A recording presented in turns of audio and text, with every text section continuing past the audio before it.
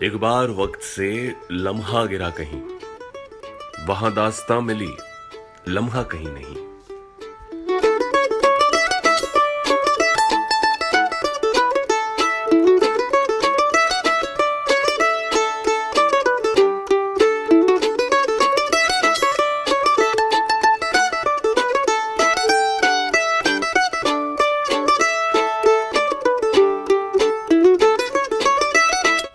चौपाल 20 की हो गई है।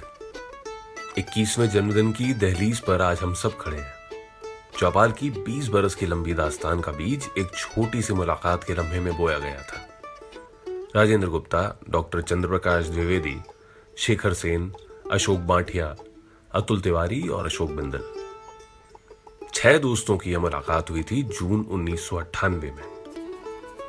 नाटककार, अदाकार, फिल्मकार, कवि, साहित्यकार, अलग अलग विधा के लोग थे और उस मुलाकात में यह महसूस किया गया कि मुंबई शहर में अलग अलग क्षेत्रों में रचनात्मक कार्य कर रहे लोगों की नियमित मुलाकातें जरूरी हैं और जो भी अच्छा काम हो रहा है वो पढ़ा, देखा, सुना और गुना जाए। बस तय किया गया कि महीने में 2 बार मुलाकातें हों और किसी एक तयशुदा विषय पर विशेषज्ञ और सुधी श्रोता बात करें, चर्चा करें और अगर संभव हो तो अलग अलग विधाओं जैसे गीत, कविता, लेख, नाटक या डॉक्यूमेंट्री के माध्यम से उस विषय पर विस्तार में बात की जाए। 25 जून 1998 को राजेंद्र गुप्ता जी के आराम घर आराम नगर वाले आंगन में पहली चौपाल का आयोजन किया गया था। पहली चौपाल कालिदास जयंती पर आयोजित हुई थी और इसीलिए इसकी शुरुआत कालिदास के काव्यों पर चर्चा से की गई थी। पहले 2 साल हर महीने 2 बार आयोजन के बाद चौपाल महीने में 1 बार आयोजित की जाने लगी। लेकिन इतने सालों में चौपाल की जो सबसे खास बात रही है कि चाहे जैसा भी मौसम रहा हो, कोई भी परिस्थिति रही हो, पिछले 20 सालों में किसी भी महीने में चौपाल मिस नहीं हुई है और नियमित रूप से आज तक आयोजित की जा रही है।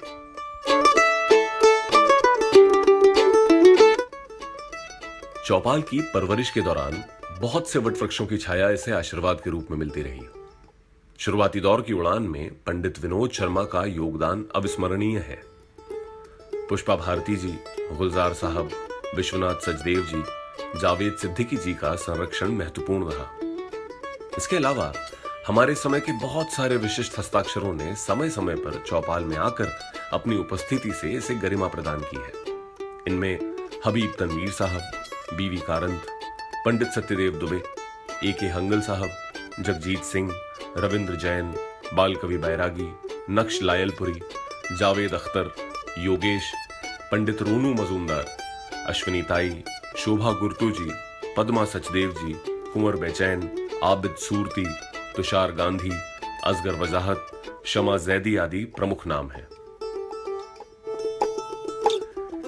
चौपाल ने कई महान और बड़े कलाकारों को विशिष्ट अवसरों पर याद किया, जैसे मंटो के 100 साल, फैज अहमद फैज की जन्मशती, ख्वाजा अहमद अब्बास, भीष्म साहनी, अमृतलाल नागर के 100वें जन्मदिन के अवसर पर भी विशेष आयोजन किए गए। पुष्पा भारती जी का 75वां जन्मदिन मनाया गया तो गुलजार साहब के ऑस्कर जीतने का जश्न भी चौपाल में आयोजित किया गया। वहीं दूसरी ओर साहित्य, कविता और संगीत में बिल्कुल नए हस्ताक्षरों को भी एक मंच उपलब्ध कराने का काम किया चौपाल ने। अपने 20 वर्षों के सफर में कला, साहित्य और संस्कृति के जितने विविध और असीमित रंग चौपाल ने अपने सीमित कैनवस पर उकेरे हैं, उसने ना सिर्फ बहुत से यादगार लम्हों को जन्म दिया है, बल्कि साथ में विभिन्न विषयों के डॉक्यूमेंटेशन से अपनी विशिष्ट सार्थकता सिद्ध की है। गालिब से गांधी तक, खुसरो, मीरा, कबीर, सुर से आज के सूफी तरानों तक, सलील चौधरी, शंकर जयकिशन, रविंद्र जैन से लेकर आर.डी. बर्मन और जगजीत सिंह तक, शास्त्रीय संगीत, लोक संगीत, गजल से लेकर दास्तां गोई तक, सन 1857 का गदर आजादी हो, 47 की स्वतंत्रता की खुशी और विभाजन की त्रासदी हो, या फिर देश के निर्माण के लिए संविधान का गठन, शायद ही कोई विषय इससे अछूता रहा है।